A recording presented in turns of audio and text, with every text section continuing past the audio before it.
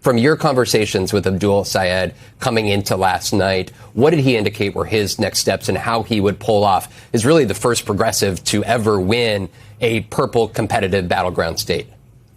Yeah, and let's be clear that they're celebrating that as a victory for the progressive movement. Having said that, there is a huge challenge ahead. And I would say in the 4 or 5 conversations I had just over the last couple of days with Abdul El-Sayed, this is not someone who is going to change his core positions. It's what got him to where he is and started what he calls a movement. You'll notice he doesn't call this a campaign. He calls it a movement that brought him 12,000 volunteers. He told me, number one, Medicare for all. And when you go out door to door with folks who are canvassing in Michigan, you hear personal stories time and time again.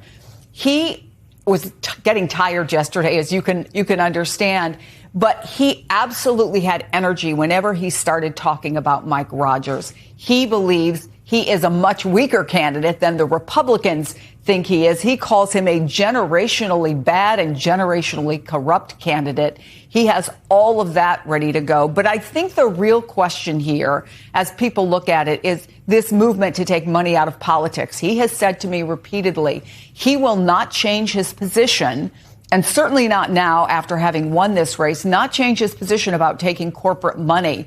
He was outspent 11-1 in this primary race. Republicans now see that as more winnable. This is the candidate they wanted. They're going to throw a ton of money at this to try to flip this seat.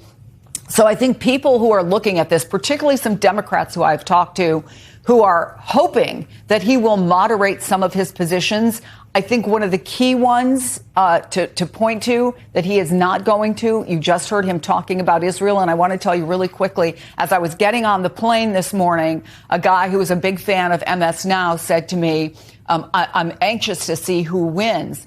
And I said, oh, did you vote? And he said, yes, I voted for Haley Stevens. And I said, oh, why? And he said, well, because of Israel, and I don't like the position that Abdul El-Sayed has on Israel. And in fact, if he wins, I will be voting for Mike Rogers. And you could not get more far apart, right, from two candidates than Mike Rogers and even Haley Stevens. But it's going to be interesting to listen to that, because this has been a primary conversation within this campaign. A campaign, though, that they clearly are celebrating. They have won. But let's be clear, while this is a victory for progressives, the much tougher fight is still ahead. Jonathan, I want to get to Joel in a moment about the optimistic, hopeful points of the Abdul El-Sayed general election campaign. But when we're looking at the numbers that are coming in here, Haley Stevens won by a pretty significant amount in Wayne County and Detroit, where the most votes have come from in the state of Michigan, but also in the suburbs around Detroit.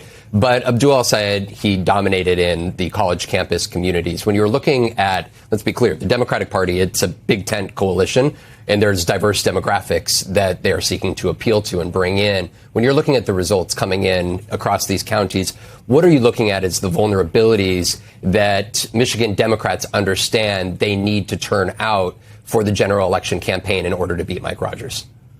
Yeah, so I mean, we see a couple familiar patterns. It's not terribly surprising. You know, the analyst Ron Brownson used to talk about a wine track and a beer track. It's for college educated versus non-college educated. And Haley Stevens, it looks like, did better with the beer track, the non-college educated, which is, and Abdul El-Sayed did better with the college educated wine track. He did really well in Washtenaw County, which is in Ann Arbor, where I live, where the University of Michigan is. He did really well in Kent County, Grand Rapids, which has seen this influx of professionals. Now, the good news for Democrats is they do, have chances to, I think, he has an opportunity to reach a lot of these voters. When we talk about working class voters, a lot of them we're talking about black voters who were not, were Haley Stevens supporters.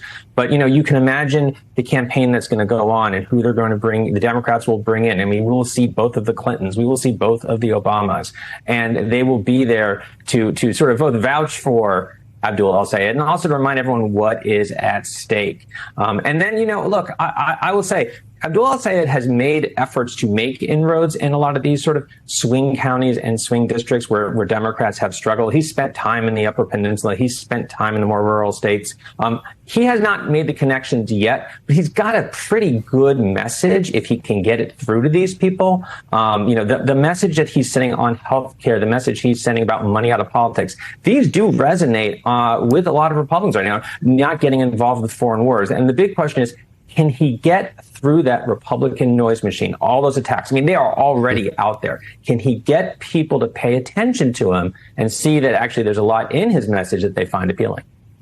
I want to get to those attacks in a moment. And for folks that haven't gone to the Bulwark to read Jonathan's piece that published just before the primary yesterday, they should, because I think it gets into a lot of those details that you were just talking about. Joel, on this point, though, of where the open opportunities are for Abdul al-Sayed's campaign, you're also with Move On, and you guys actually backed al-Sayed's campaign before this. And we come back to the fact that this is going to be the first chance that progressives have in a true purple battleground state in order to prove that there's a larger coalition that could potentially pull from folks that have voted, for example, Donald Trump in the past, but also new voters.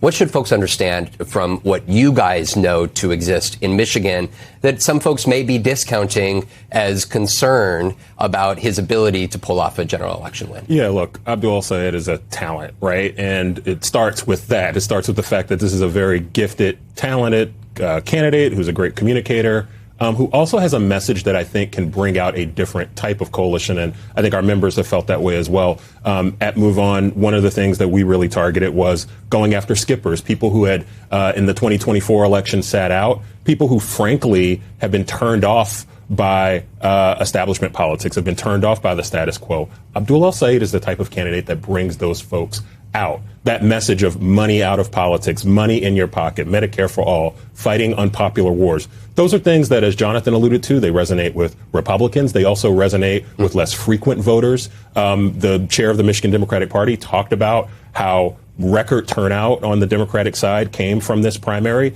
I'd imagine in no small part because a different type of coalition was necessary for Abdul al-Sayed to win, and he was able to bring those folks out. So I think we're learning a lot of things. We're also learning that both parts of this Democratic coalition need each other. Yes, Abdul al-Sayed won, and he is clearly the candidate that most Michigan Democrats obviously want to take on Mike Rogers. But he's going to need those Haley Stevens supporters, and he's going to need that broad, wide coalition in order to win. And I think you're already hearing from him that he plans on being very open and very accommodating, even if his positions aren't accommodating, being very welcoming to those folks in this coalition. To your point, I have a hard time ever forgetting in 2016, just about 2 weeks out from the general election, when it was suggested to us, I was covering the Trump-Pence campaign at the time, that we were going to head to Michigan because they thought that they would be able to turn it red. And they did, which hits at the point of, folks, just because you're part of one political party 1 year doesn't mean that that's how you're going to vote. And one particular candidate's messaging can very much resonate with you in another campaign. Don't forget really quickly, Bernie Sanders has had electoral success in Michigan and parts of the upper Midwest and places like Wisconsin. So, of course, there's that relationship between Sanders and al-Sayed. It's not surprising that al-Sayed was able to have the type of success that he apparently was able to have here in this primary. Larry, Republicans are going to be spending big in Michigan. It's a seat that they can take at a time that Democrats feel like they have open opportunities in places like Maine and Texas. I want to play a soundbite from Mike Rogers, who was on Fox just a bit ago here this morning, setting up his general election campaign. Take a listen. I have never seen someone so radical, so extreme, get nominated by a political party. And the DSA candidates in the state in 2 different congressional races look like they're pulling it off as well. The Democrat Party is lost to this hardcore socialist attitude. And I fought terrorism my whole life. I was an FBI special agent, U.S. Army officer, chairman of the House Intelligence Committee. I find it shocking that I'm going to go up against a guy who believes America deserved 9/11. To be very clear, al-Sayed never said that, but he has appeared with popular Twitch streamer Hasan Piker, who did, but then walked it back. And to be clear, al-Sayed has justified his relationship with Piker as one in which Piker has following of millions. And just because he appears with him doesn't mean he agrees with everything he says, equating to someone appearing on Fox and not agreeing with everything that individuals on Fox say. But this is the type of attack al-Sayed is already getting from the Rogers and from Republicans. Larry, how does he counter this sort of disinformation and this onslaught of money and type of messaging that he is bound to face? Well, step one is when they have that unity breakfast, it had better be a really good breakfast that puts people in a great mood. And that's the easy part. The leadership, the top echelon will come in behind him and support him.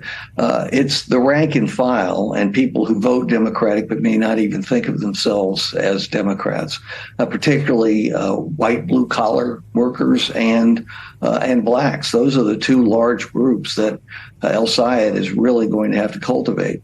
But he's got the pieces, as Joel was saying. You've got a big talent here, talent with a capital T. He has the ability to do it. He has pieces of his past and present that will appeal to large numbers of people. And he's starting to use that. I thought the piece of his speech that he just gave that was the most effective talked about his background and how he wasn't born into riches. He wasn't an elite as he was growing up. And he has to stress that part. But for the Republicans, you have to play hardball. You can't play word games with them. You have to play hardball. They've just started. And something people haven't commented on much, but I think they're going to have to, is the fact that Donald Trump isn't just talking about socialists. He's equating them to communists. And it's happening all over the country. The Republican candidates are picking that up. And you know darn well that El-Sayed is going to have to deal with that. You can't sit back and intellectualize it and have 5 debates, which, of course, Mike Rogers will never agree to, and expect it to all resolve. It's not going to resolve. It's going to take a lot of money. It's going to take a lot of troops. And it's going to take a candidate who's disciplined not just on his message, but in countering the other party's message, because Republicans do that a lot better, I'm sorry, than Democrats do. And I've watched it over decades.